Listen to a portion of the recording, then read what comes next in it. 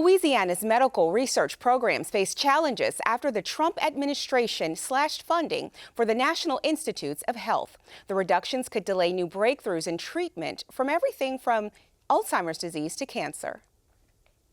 Leaders in Louisiana's medical research community are concerned that life-saving progress in treating cancer, diabetes, and other chronic illnesses may be at risk if the Trump administration moves forward with significant cuts to federal grants and NIH funding.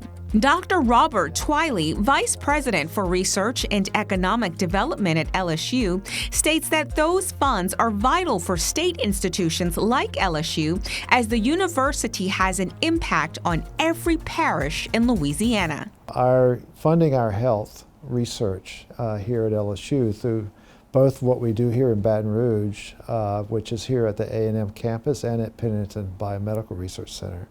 And then we have NIH funding that's at the Health Science Center in New Orleans and the Health Science Center in Shreveport.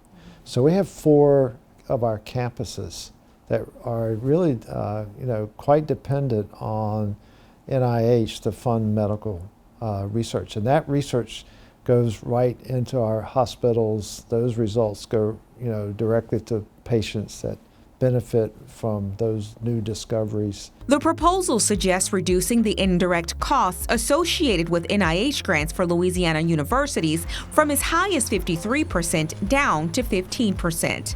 This change would leave these institutions struggling to fill gaps amounting to tens of millions of dollars, potentially leading to staff reductions in their research departments. We've always had an agreement that the federal government would pay those costs. Now, they're not directly related to what we call direct costs that go into the research. They're light bills, utility bills, who pays then?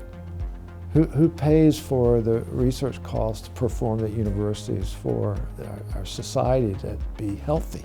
Just down the road from LSU's main campus in Baton Rouge lies Tulane University, whose experts echo Dr. Twiley's sentiments. Dr. Lee Ham, Dean of Tulane University School of Medicine, notes that Tulane receives over $130 million in NIH funding for its research efforts, and the cuts would take about $30 million from their budget. So, we're really alarmed.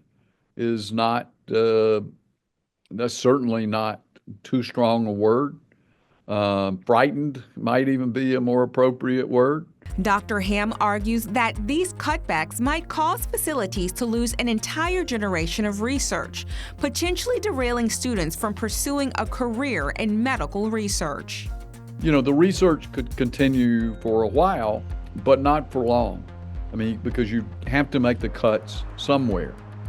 It also has the possibility of, and one of the most frightening things for me is that it would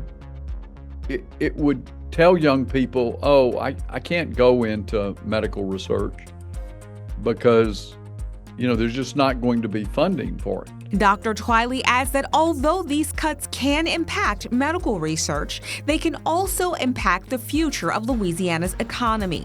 However, he's hopeful that the government can reach a mutual agreement to ensure the health and overall well-being of the country's most valuable resource,